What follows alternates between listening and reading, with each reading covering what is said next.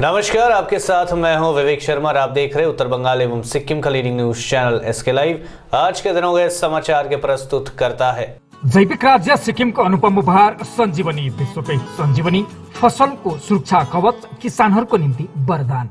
अब वक्त आ गया है अपने सपनों को एक नई पहचान देने का।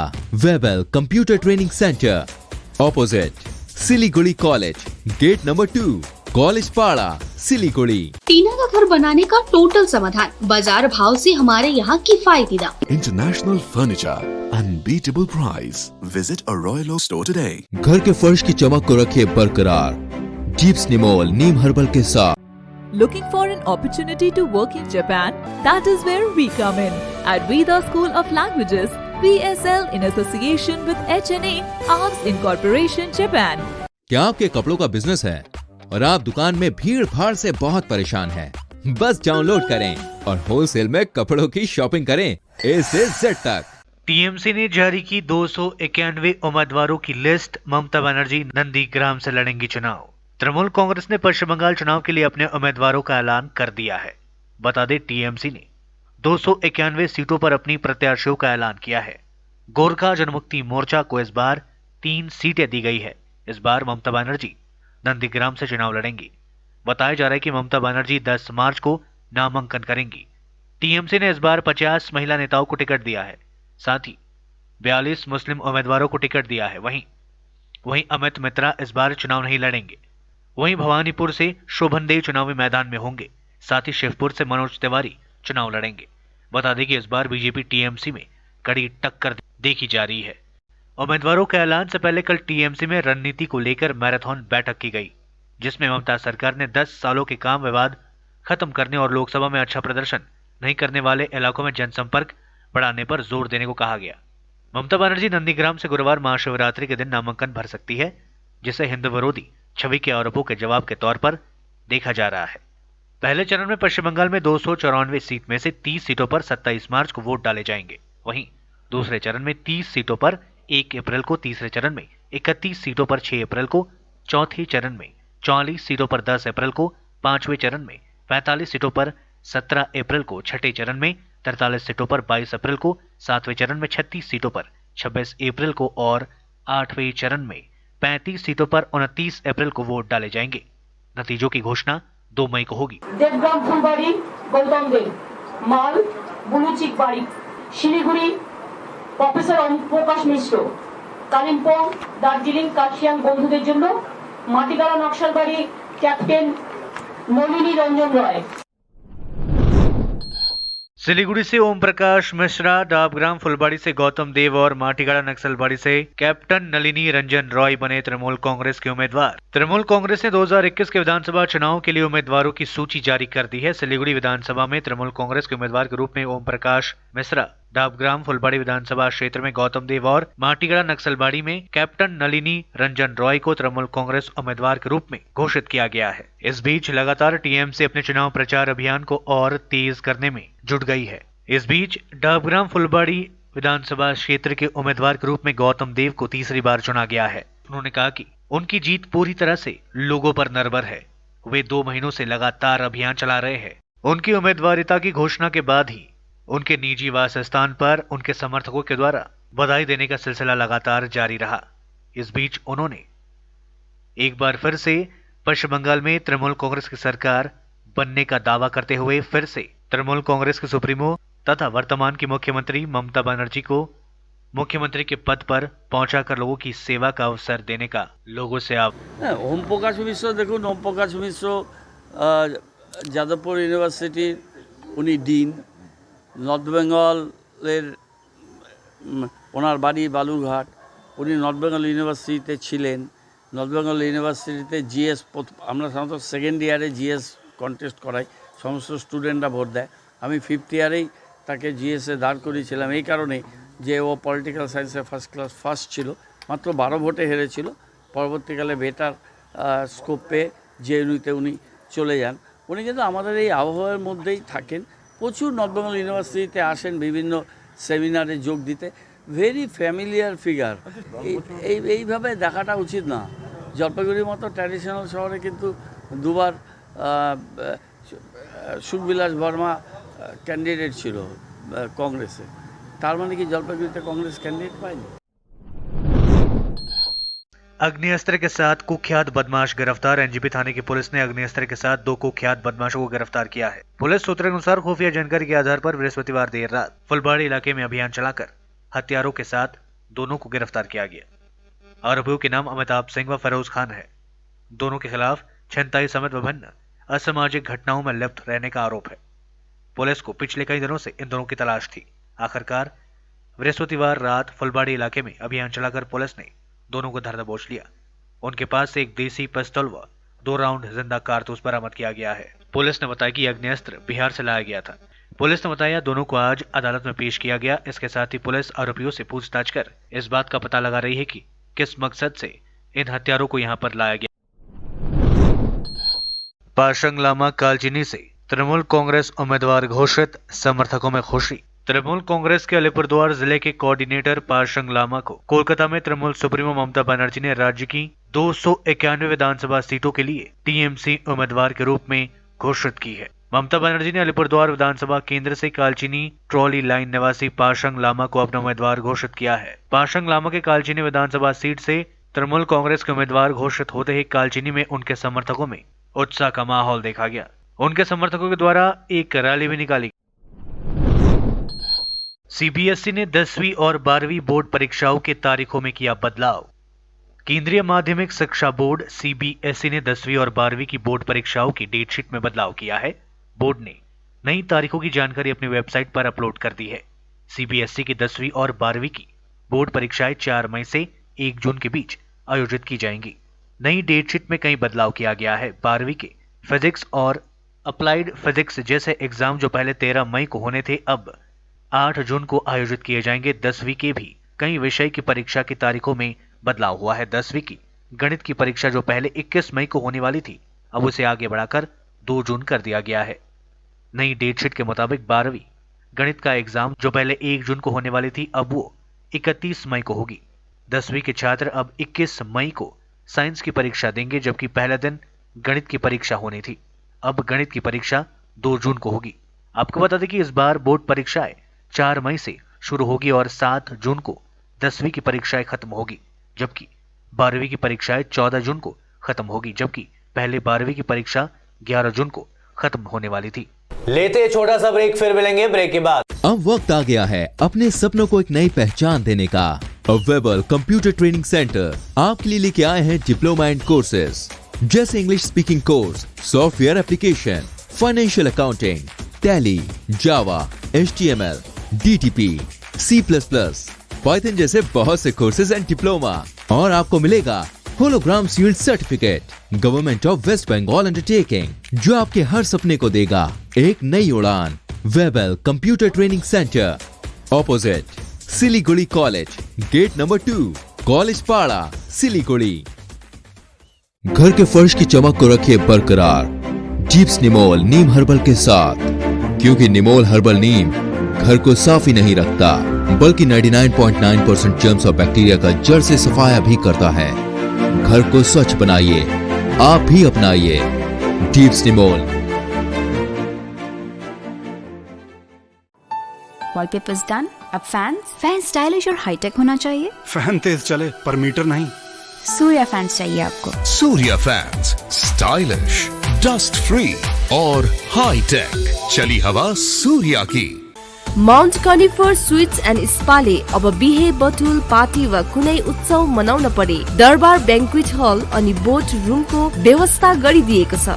हल अत्यन्तै फराकिलो भएकोले सुविस्तासँग आफ्नो उत्सव मनाउन सक्नुहुनेछ। भीडभाडको सामना गर्नु पर्दैन। 3000 र 1000 स्क्वायर फिटको यस हलको उपयोग दर ₹399 देखि सुरु गरिएको छ। सम्पर्क ठेगाना mount conifer suites and spa, 5 doctor SM Das road, opposite rink mall, Darjeeling.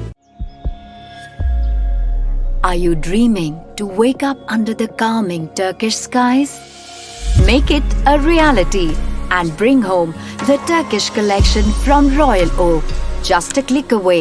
International furniture, unbeatable price. Visit a Royal Oak store today. 50 से 70% कम कीमतों पर orchid building opposite Vega circle 2.5 mile Sevoke road Siliguri. जैविक राज्य सिक्किमको अनुपम उपहार सञ्जीवनी, विश्वकै पहिलो कीटनाशक औषधि जसको एकै स्प्रेले भ्याक्सिन सरह काम गर्छ र फसलमा लाग्ने विभिन्न भाइरस, ब्याक्टेरिया र फंगसबाट हुने समस्त रोगहरू साथै पातको रस चुस्ने किराहरू समेत नियन्त्रण गर्छ, जो रासायनिक कीटनाशक भन्दा अझै किफायती र प्रभावकारी छ। फसल कुनै होस्, रोग कुनै पनि होस्, एकपल्ट अवश्य प्रयोग गर्नुहोस्, सोचे भन्दा बढी लाभ पाउनुहुनेछ। सञ्जीवनी फसलको सुरक्षा कवच, किसानहरूको निम्ति वरदान। Looking for an opportunity to work in Japan?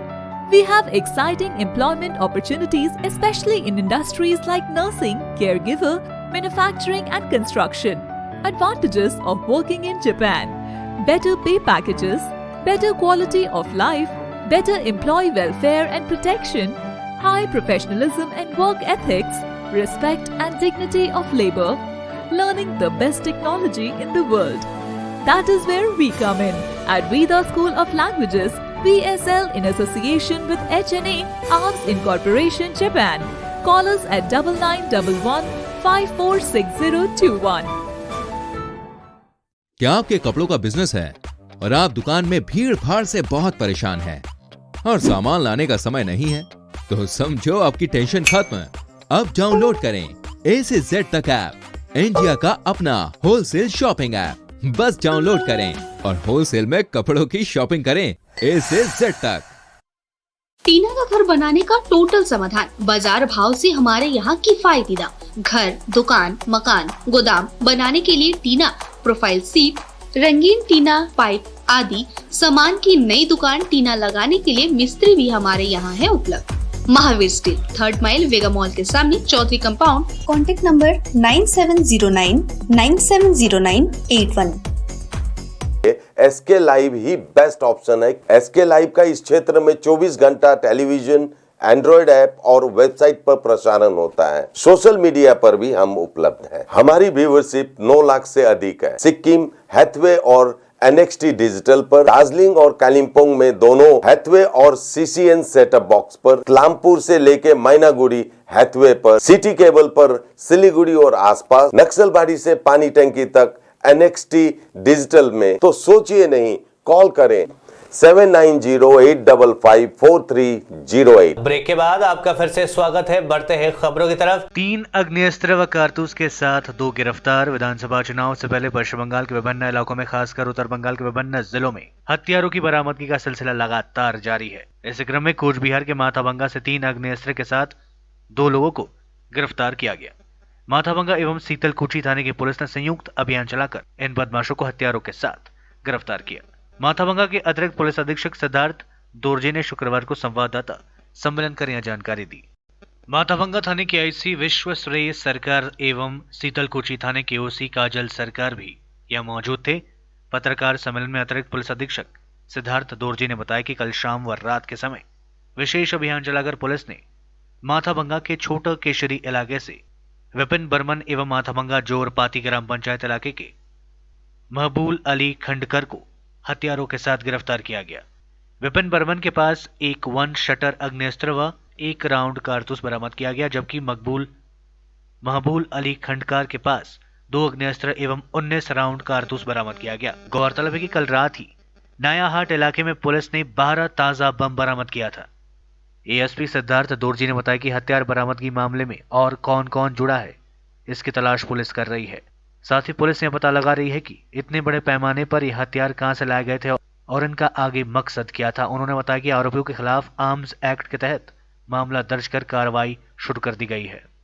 সেই অভিযানের ক্ষেত্রেই আমরা বলতে চাই, সেটা মাথাভাঙা জোন থেকে আমরা একজন বিপিন বর্মন, যার বাড়ি হচ্ছে কেশিয়ার বাড়ি মাথাভাঙা, ওনার কাছ থেকে আমরা একটা 1 শাটার আর একটা অ্যামুনিশন উদ্ধার করা হয়েছে। ওনাকে শিকারপুর এলাকা থেকে ধরা হয়েছে। এছাড়াও আমরা শীতলকুচি পিএসের আন্ডারে মাহবুল আলী খন্ডকার, যার বাড়ি হচ্ছে জোটপাড়কি, ওনাকে ধরলা ব্রিজের ওখান থেকে ধরা হয়েছে। ওনার কাছ থেকে একটা 7.65 আর একটা 1 শাটার উদ্ধার করা হয়েছে। এছাড়াও ওনার কাছ থেকে 19 রাউন্ড অফ অ্যামুনিশন উদ্ধার করা হয়েছে। এটা হলো আপনার আর্মস অ্যান্ড অ্যামুনিশনের, আর 8খানা ক্রুড বম যেটাকে বলে সেটা গেন্দুগুড়ি এলাকা থেকে উদ্ধার করা হয়েছে মাথাভাঙ্গা থানার আন্ডারে, আর 4খানা আপনার শীতলকুচি এরিয়া, আর 4টা আপনার মেকলিগঞ্জ থেকে। আর আমাদের কালকের অভিযানের ফলে 67 পার্সনকে আমরা আটক করেছি বিভিন্ন ধারাতে। এটা হচ্ছে আমাদের স্পেশাল ড্রাইভ হয়েছিল। 7 मार्च को पीएम मोदी कोलकाता के ब्रिगेड मैदान में करेंगे बंगाल की जनता को संबोधित। दूसरी ओर सीएम ममता बनर्जी सिलीगुड़ी में दिखाएंगी अपनी शक्ति प्रदर्शन। विधानसभा चुनाव की घोषणा के साथ ही 7 तारीख को जब प्रधानमंत्री नरेंद्र मोदी कोलकाता के ब्रिगेड मैदान में राज्य के मतदाताओं को संबोधित कर रहे होंगे, उसी समय मुख्यमंत्री ममता बनर्जी सिलीगुड़ी में रोड शो करेंगे। इसको लेकर प्रशासन और तृणमूल नेताओं की ओर से सभी प्रकार की तैयारियां की जा रही है। मुख्यमंत्री ममता बनर्जी 6 तारीख को सिलीगुड़ी आ रही है और अगले दिन 7 तारीख को वहां रोड शो कर अपनी शक्ति का प्रदर्शन करेंगी। उसी दिन पीएम मोदी कोलकाता के ब्रिगेड मैदान में रैली को संबोधित करेंगे।